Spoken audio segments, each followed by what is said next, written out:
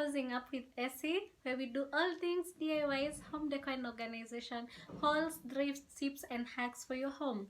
My name is Esther, and welcome to our little house of simple, cozy, and inexpensive ideas.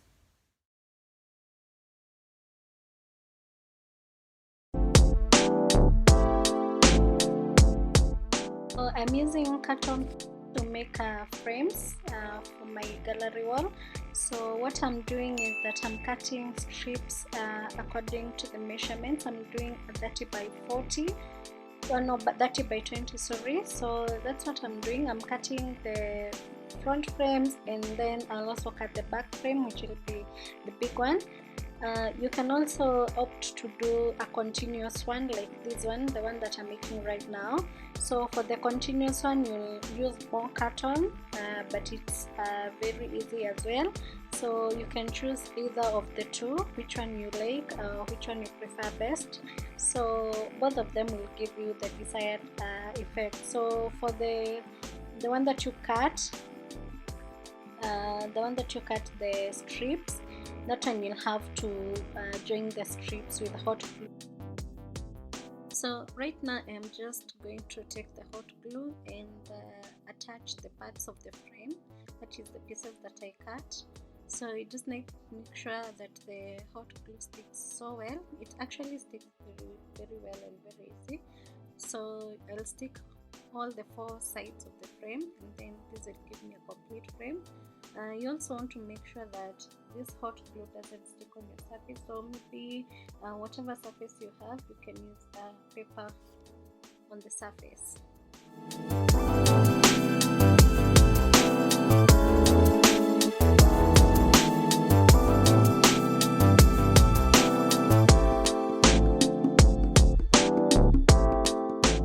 So now I have a mood board, so this is now the time where we trace the images that we want to have on our frame or on our gallery wall. So I already have a mood board from Pinterest, so that's some of the things that I chose.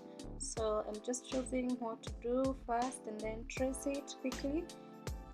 So one tip I have when you're making a drawing, or you just want to make some gallery wall, just make sure you sketch first so that you can have the right image, and then afterwards now you can use the marker pen or whatever marker that you have. So the marker pen will give you a consistency of the photo or the drawing, so that it can be able to be seen once you hang it.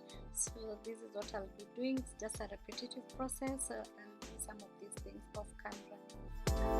I'm using a permanent marker for this gallery wall because you don't want it to fade as soon as you have hung it. So you want it to at least last for some good period of time.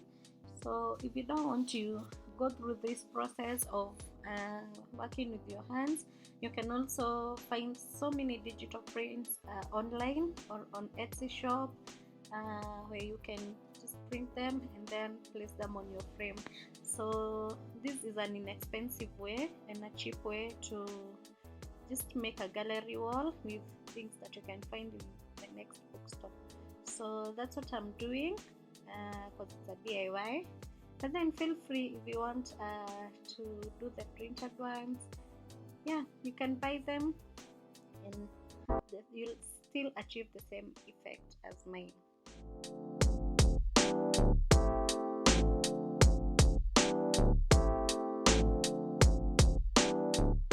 So I'm almost done with the drawings and also tracing. So once you're done, you need to spray paint the frames, which is what I'll be doing here. I used gloss black paint here. So I'll just spray paint this off camera, and then we'll continue in the gluing process. This is the fun part where we attach the frames, the back side of the frame and the spray painted front part of the frame, and the paper using hot glue. So I already have my glue gun, as you can see it's ready and it's hot. So this is what I'll be doing in the next few minutes. Yeah, so that we can complete our gallery wall. So I hope you enjoy this process. So some of the drawings I did off camera, so that's why you can see I didn't show you some of this, but anyway, it's the same thing, the tracing and then using the marker pen. So it's a repetitive process. So I'm just gluing.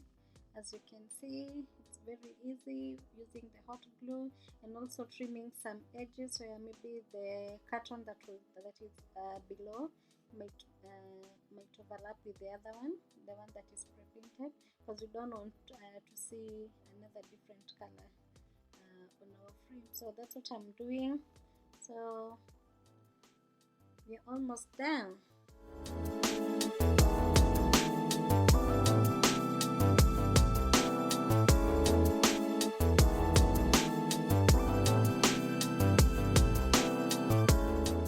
So next DIY is the painting, the art paint, the abstract art that I'll be doing for this gallery wall.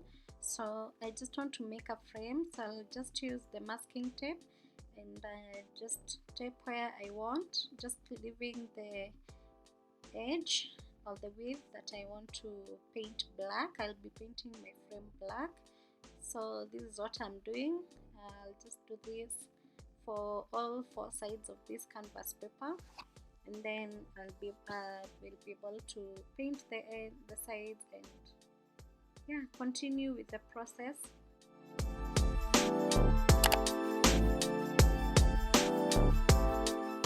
So once we are done, we need to take the paint. So I'm using Pebble paint. I bought this paints at Textbook Center for 24 pack. So it has different colors. So I'm using the black one to make the frame, as you can see. So I'll just take my brushes, one of the brush, and then I'll stroke on the ends, just using the same consistency to get my desired frame. So once I'm done with the frame, then now we can continue tracing and painting the rest of the abstract paint. So I'll be doing this with you guys, so you'll be able to see how easy and inexpensive this is. If you don't want to use a canvas paper, if you have a canvas, the real canvas, then you can use that and frame it using the wooden frame, which will make the canvas stretch more. So for the canvas paper, you can just tape and make a frame for yourself. So you don't need the wooden frame or the carton frame. This one you can just do it using a paint, and as you can see what I have just done.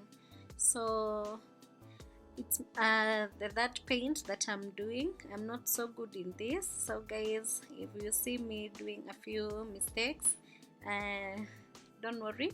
But then if you have good ideas on what is the best acrylic paint you can use, which is the best brush to do this, because these are the brushes that I saw and these are what I bought.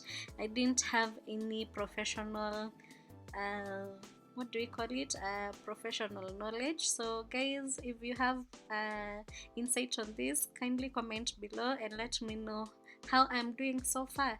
So I'll just repeat this process, and then now we can start the rest of the paint, and you will be able to see it. So I'll also give you a few tips on how I do this. So the first tip was tape and paint your frame. So the other tip is when you're painting, make sure you don't destroy the workspace. Just place some papers underneath the canvas so that the excess paint can spill off on the papers or the newspaper, that you can be able to throw away later.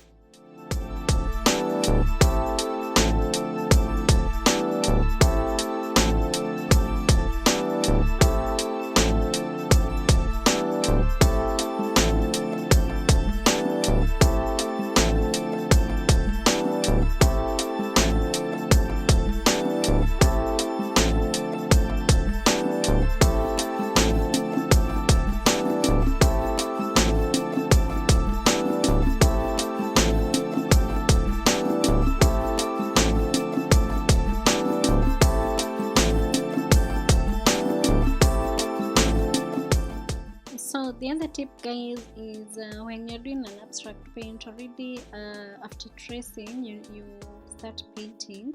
So make sure that you have a consistent line on the edges of the abstract paint that you're making. So to achieve this, you start with the edges first, and then now you can fill in the paint inside the area that you have already sketched. So this is what I'm doing here. It's a very good way to make sure that the paint doesn't go all over. So as you can see what I'm doing, I'm just highlighting where the borders of where the abstract the way I want to paint for my sketch, and then I fill it completely to just have the same consistency. So that's a very nice tip I just wanted to share with you guys.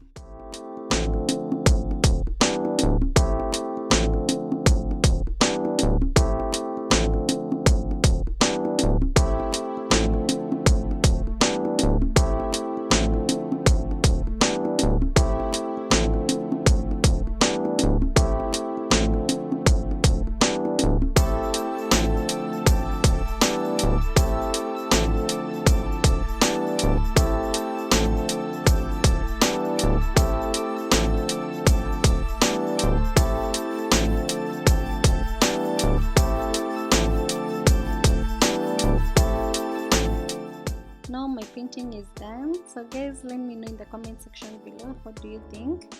How did I do?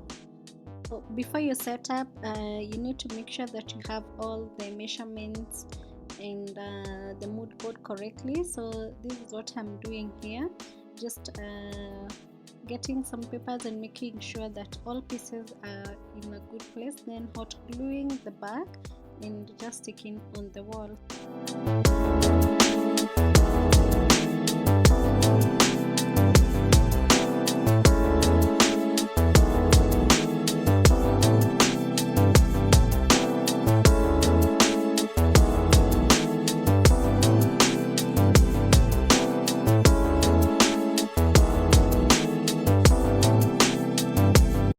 Feel free to comment down below. I'll be looking forward to your comments.